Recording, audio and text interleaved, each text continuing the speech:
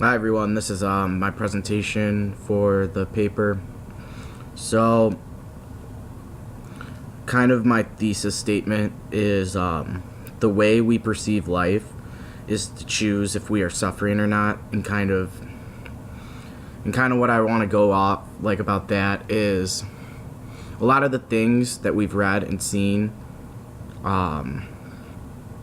is you kind of sorry, it's hard for me to explain that some people choose to see their life as suffering. And kind of the first example I want to bring up is Life is Beautiful. And I mean, a lot of people are using that, and I see because it's such a good film, and it kind of shows that in the worst situations that you can be happy and you can choose to have the right attitude. The second kind of thing I'm using is Hamlet.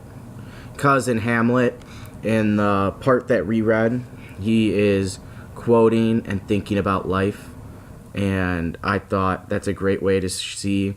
He was like, what do I do, kind of? How do I accept my destiny and go kill his uncle? Or does he be a coward? And kind of he's looking and perceiving life in that situation. He's trying to figure out what he should do and how he should do it. And I really kind of liked how he was doing it and what he really thought. And the one quote that always comes to mind is, to be or not to be, that is the question, whether 'tis noble in the mind to suffer.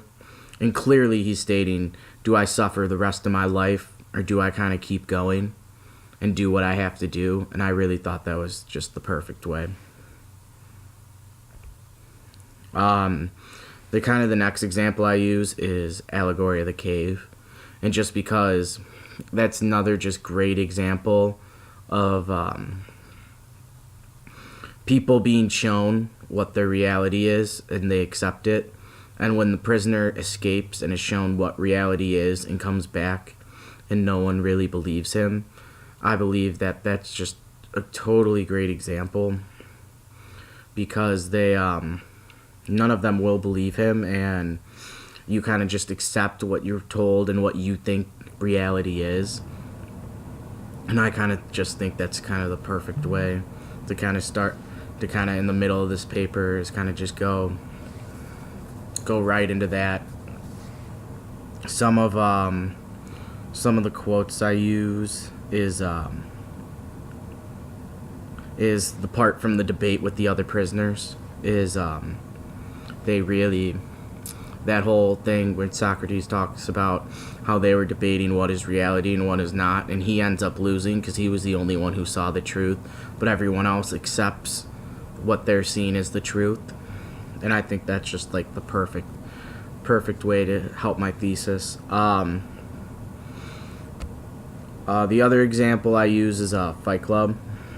And in some minds, you could see that the narrator was suffering, and that's why he created Tyler Durden, and he uses Tyler to not to not see life as suffering, and to kind of change his ways and kind of become a better person.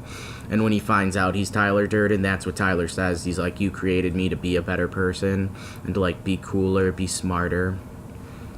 The quote I picked is, after you've lost everything, you're free to do anything.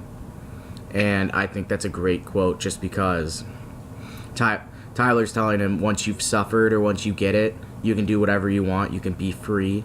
And I think that's just like a great way to look at like bad times, is that, you know what, once this is over, like I'm going to be able to do whatever I want, be whatever I want. Kind of the last example I have is show called The X-Files. It's about two detectives who investigate paranormal things, and people say the main character, Fox Mulder, he would live in suffering because he's a believer. He thinks aliens are like real, and he can't find the proof. So inside, he's truly suffering because he thinks the government's lying about it. He thinks everybody's lying, and he's always out to get people and that. So in the paper more, I'm just gonna expand on that and talk about how he truly just doesn't. He truly believes, and that's why his kind of human condition is suffering. and how he's choosing to be perceived and to suffer rather than just accepting that maybe some things are meant to be unknown. And that's kind of all I got for my paper. So thank you.